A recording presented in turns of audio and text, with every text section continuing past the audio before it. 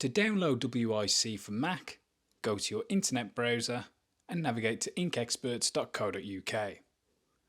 If we go to printer servicing, waste ink reset for Epson, you'll find the WIC Epson service reset utility here. Select this link and then scroll down to find the download for free link just here. Click this and your browser will take you to 2manuals.com. If we scroll down on this page, we want to select the IWIC for Mac installation download. Click this link and that will download to your downloads folder. You can now close your browser and navigate to downloads in your Finder section. If we click downloads here, you'll see the iwic.dmg.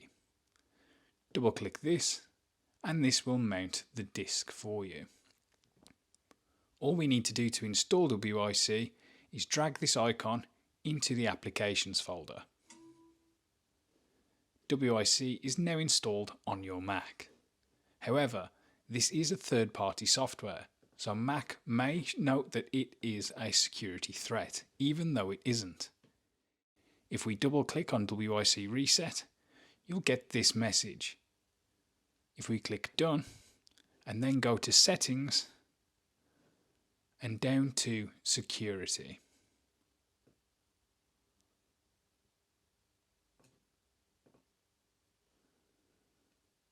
If we scroll down, you'll see that WIC Reset was blocked to protect your Mac. If you click Open Anyway, this will allow WIC to run.